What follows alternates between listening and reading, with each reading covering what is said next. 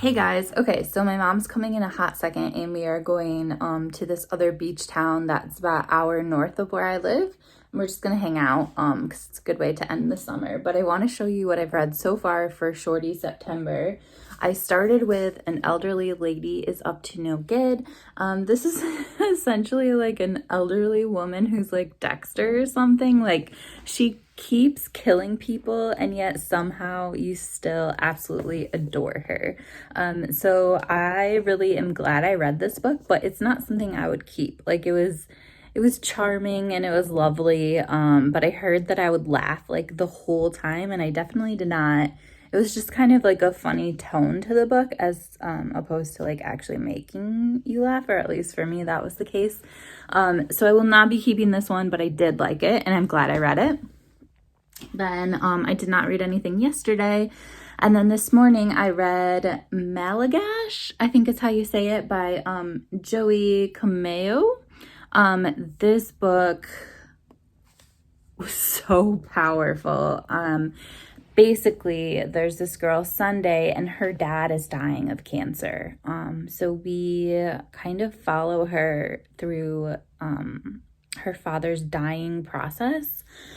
He is definitely actively dying. And Sunday is really into computer programming, and they don't really seem, the family in this book, they don't really seem to be believing in an afterlife of any sort. So to find comfort, Sunday actually is in the process of recording her dad's voice in all the, times that they're spending together as he dies, and designing a computer virus that's going to spread just basically throughout the entire world, so that her father's voice is kept alive through this computer virus. So yeah, it was definitely interesting to see how she was kind of grieving, along the way, and kind of her strategy to comfort herself and to keep his memory alive.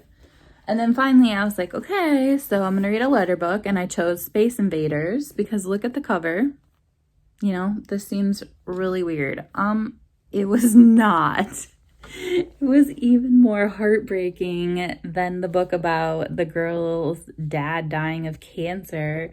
This is about like this regime change in Chile, and it actually happened like in the late 80s, early 90s.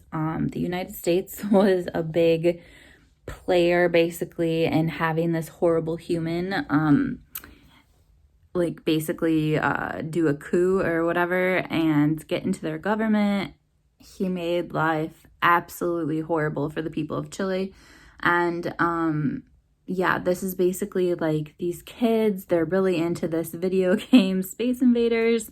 But really the whole book is about them kind of processing about how their world has changed so much, and kind of trying to process through all this violence that is just absolutely like like closing their world. Like it's just like almost like foggy or dreamlike in the way that it is shared, because it's such a horrible thing and these kids are trying to process through what's going on and how much their life is changing, and they're trying to relate it to like video games and just like how they're understanding things because they are children.